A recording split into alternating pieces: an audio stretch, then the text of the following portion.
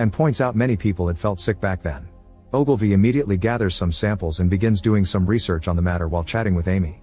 He explains he escaped by jumping into the river and asks Amy how she managed to escape too, but she says she doesn't remember. In the present, George's group together with Mrs. Elphinstone returns to town to hide inside a house while the sky is darkened by a thunderstorm. There's no water on the taps, but at least they can rest. Suddenly the buildings begin shaking and everyone runs to hide under the furniture as a tripod shoots its searching light through the window.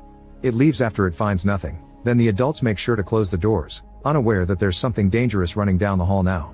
The next morning, the group wakes up to discover it's still dark even if it's 9 a.m. When they come outside, they discover the black smoke is smothering earth and hiding the sun.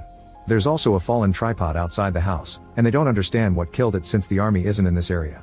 George and Mrs. Elphinstone aren't feeling well, and George wonders if there was something in the water they drank. Amy and Frederick wander around the house looking for food, and when they hear a noise, they think it's just a broken door banging. However, the alien creature is following them in the darkness. When they make it upstairs, the noises get worse. Amy walks slowly to enter a room, only to get startled by a body by the window. Frederick comes to check on her and realizes the roofs have lots of refugee bodies on them, and only the aliens could have thrown them there.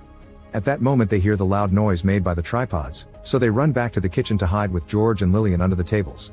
Mrs. Elphinstone is too weak to move and the light flashing through the window detects her presence. Soon a grotesque alien creature enters the room, stabs Mrs. Elphinstone with its claw, then uses a stinger to absorb her life force before dragging the body away. In the future, Amy worries about Junior because he's also sick and the hunger makes it worse. All around her, the bodies of sick people are carried away to be burnt while Ogilvy continues to watch Mars with his telescope. Amy wonders if it was this sickness that killed the aliens too and asks Ogilvy to take samples from sick people to create a serum.